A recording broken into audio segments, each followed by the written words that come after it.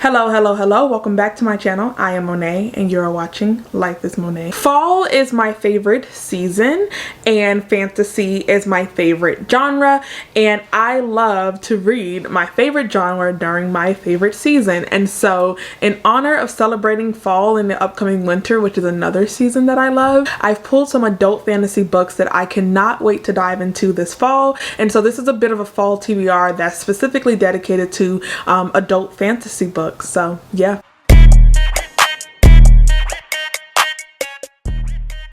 Up we have A Little Hatred by Joe Abercrombie. This is book 1 in the Age of Madness series. I know that we are jumping ahead years from where we were in the first Law trilogy. Book 1 of that is called The Blade Itself. There were so many things that I liked about the first Law trilogy and so many things that I felt like could have been done better. One of the things that I really enjoyed was the character work in the first Law trilogy, and so I'm excited to have that component going into this series. And at this point he's a much more experienced writer, and so I felt like the things that I did not enjoy about the first Law trilogy could be chopped up to the fact that it was his first time writing a book or a series ever. And so I'm very much looking forward to having the things that I did enjoy about reading his first series, now having that caveat of him being a more experienced author and seeing how his work has grown. The next book that I'm very excited to be reading is The Justice of Kings. We will be following a justice in this world whose job is to really uphold the laws of this imperial society, and he has a protege that he is training up in the ways of being a justice.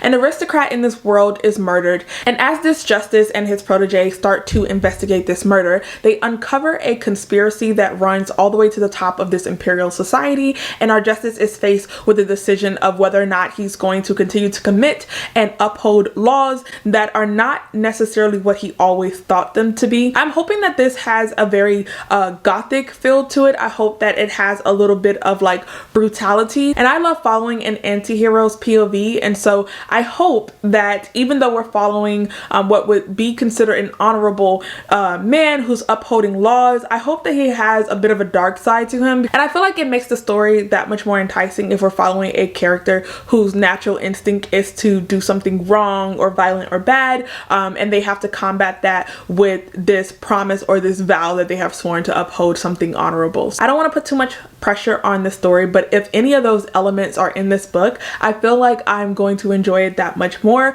Other than that, I'm just really looking forward to getting into the story. I know that this is the first book by this author, and I think I've seen that he's been picked up for other books and other series by Orbit as well, so I feel like I'm going to be seeing his name around much more, and I want to get in on his works from the beginning so that I don't have this huge backlist of books to read by him. The next book is going to be The Wise Man's Fear. I am very excited for this one because I read The Name of the Wind earlier this year, and it was probably my last favorite fantasy read. That book was such a 5-star read for me. It had all of the components that I really love: beautiful writing, beautiful prose, and a very intriguing main character. Following him and his life feels like peeling back layers of an onion, and I just really enjoyed The Name of the Wind. It is a bit of a long book the way that this one is. It's a chunker, but just taking my time to really get involved in that story and just following where the author took us, I had such a phenomenal time with it.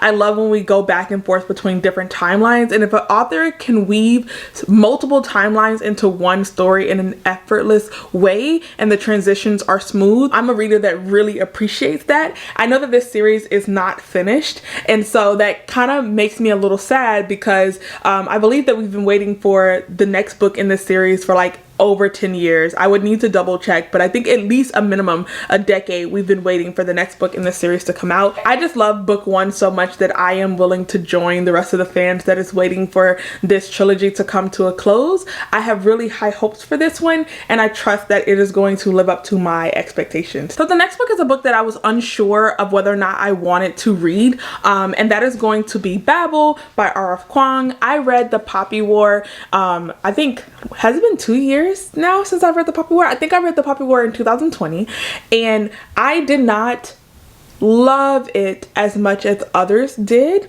and so I did not continue with the series, and so that kind of made me unsure about whether or not I wanted to read this one. But I've been watching the feedback for this one, and so many of my friends that know my reading taste have like sworn to me that this is everything that I wanted from the Poppy War trilogy, and it's just the perfect combination of history and academia. And I got the Fairy Loot edition, which I think is really beautiful. And so since I already own the book, I'm slightly intrigued about it. The reviews have been very positive. I actually just watched today Peru's Project's vlog of her reading this book, and she gave it 5 out of 5 stars. She really loved it. And me and Reagan have similar tastes on a lot of other books. Like, Reagan's favorite books usually align with my favorite books, and so I trust that, and I am so excited to read this book just from watching her vlog alone. I'm willing to give it another try and to see how much R.F. Kuang has grown as a writer in the same way that Joe Abercrombie. The next book is a book that I have absolutely no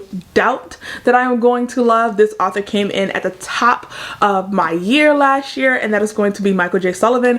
I will be reading Age of Myth. This is what I feel like is going to be my next favorite series, just because I loved Rhaenyra Revelations so much.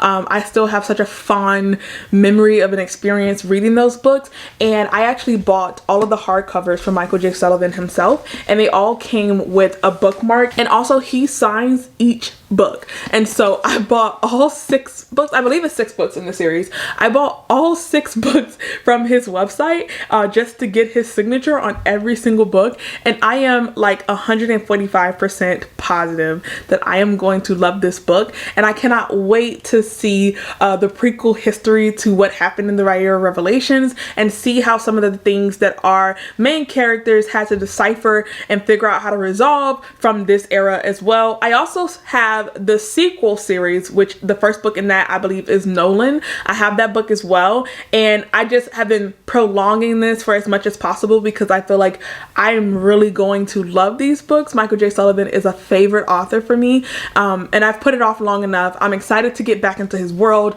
back into his writing, and this is for sure an anticipated 5-star read, anticipated favorite. Be prepared to see me rave about it or cry about it if I don't enjoy this series, but I have no doubt, like, it's not possible that I'm not going to like this series. And then the last book that I'm excited to read before the year is over is The Lies of Loch Lamora. This book comes highly recommended. I love stories that have a heist plot, and when I asked for recommendations last year of books that were centered around a heist that people thought that I would love, this one came up time and time again, and I did end up purchasing it, and it is so raved, and like it has its own like cult fandom around it, and I'm looking forward to joining them. The synopsis of this one says that they say the Thorn of Camor can beat anyone in a fight.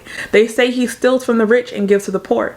They say he's part man, part myth, and mostly street corner rumor, and they are wrong on every count. I actually expect this book to go by pretty fast. It's very short, like literally short in height, and so even though it may feel thick, it's not a full-size book, so I expect to go through this one fairly quickly. I do own the entire series of this series as well, so if I love it, I might just spend the remaining part of this year running through all of the books in the series. Those are all of the adult fantasy books that I'm really looking forward to reading before the year is out. Every book that is a part of a series, I absolutely plan to read the entire series. Every book that is a part of a series, I own all of the books in the series, so it was definitely an investment of faith. If you guys have any adult fantasy books that you plan to read before the year is out, comment them down below, and I look forward to chatting with you guys. But just because I'm leaving doesn't mean you have to. You can click on any one of these 2 videos and enjoy some other content that I have. Thank you guys, and I will see you next time.